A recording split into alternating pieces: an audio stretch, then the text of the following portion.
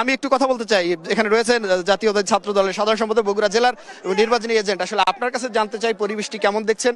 এখানে প্রার্থীরা রয়েছেন, আপনারাও তো ভোটার এই জনপদের, আপনাদেরও যদি কোনো চাওয়া থাকে একটু বলতে পারেন। ধন্যবাদ। আমরা চেষ্টা করছি, এই জনপদের মানুষ দীর্ঘদিন অবহেলার শিকার, এই জনপদের মানুষ অত্যন্ত বৈষম্যর শিকার, নির্যাতনের শিকার।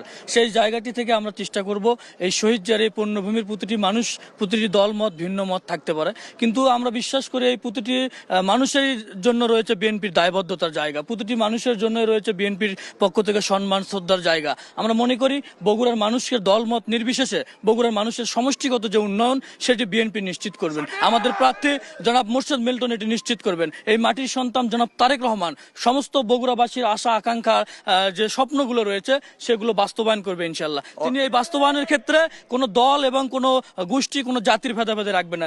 অসংখ্য ধন্যবাদ। সমস্ত মানুষের জন্য অসংখ্য ধন্যবাদ। যেমনটা বলছিলেন, এখানে আসলে আগামী দিনে যেই ক্ষমতায় আসবেন তারা আসলে দল মত চিন্তা করবেন না, মূলত এই জনপদের উন্নয়নের জন্য তারা সম্মিলিতভাবে কাজ করবেন, এমন প্রতিশ্রুতির কথা এবং প্রত্যাশার কথাই কিন্তু একজন ভোটার বলছিলেন। আমি